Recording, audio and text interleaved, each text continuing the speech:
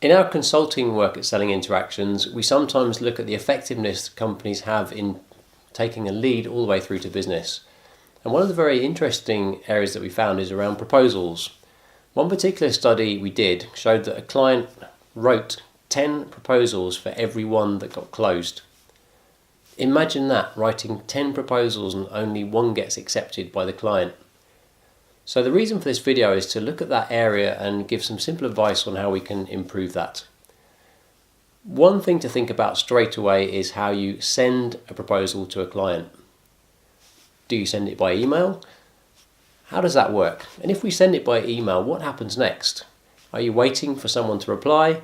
Do you try to phone the client and you can't get through, there's no response? This is a typical pitfall that we see in companies. Now imagine why that happens. You're the customer, you receive a proposal by email. What's the first section that you're going to go to? Normally the price. And of course, without the salesperson there to explain about the price, it normally is too expensive.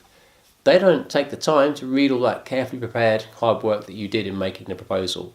So the first important rule is do not send proposals. If they're important ones, make sure you present them either face to face, or these days we can also use web technology to do that. The second point with proposals is about how they're structured.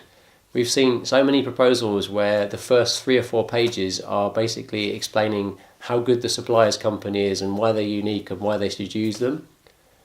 And at the same time, if you look at this website for the supplier, you'll see customer centricity is important to us. And of course, if the customer is important, surely their needs come first in the proposal. So when we structure a proposal, it should start with a summary of what the customer needs. And I'll also explain why in a moment that's very important when you present it. So the third area is about how we present proposals. If we're with a client, we can do it in such a way that you can talk about getting 3 yeses. So the first yes is a very simple one, is when you present the needs that you've understood from the client, is to check with them. Have we understood your needs correctly? Does this summary of points represent what you're expecting in terms of needs? If we have a yes to that, we know that we've understood the problem correctly. Then what we'll do is present our solution. And this should be an interactive moment. What do you think about this solution? How does it work for you? What would you change? In the end, what we want to do here is also ask, is this the correct solution for you? It's a second yes, if you like, to show that the customer believes that the solution that we prepared is correct for us. Then we'll talk about the benefits and make sure that it's really clear what the value is delivered before we present the investment. Now I use the word investment intentionally. We won't talk about a price or a fee, because when we ask clients to invest money in our business, what we're hoping to do is to give them a return.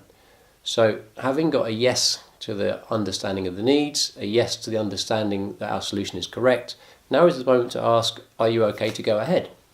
Because the proposal investment is the final yes we're looking at here. So the message really is a simple one, is don't send proposals. It risks too much being misunderstood by a client. And when we are with a client presenting a proposal, make it interactive, ask for feedback and check as you go along that the client is on board in 3 areas, that we understood their needs, that the solution that we presented is correct, and that the investment level is okay for them. Good luck with presenting your proposals.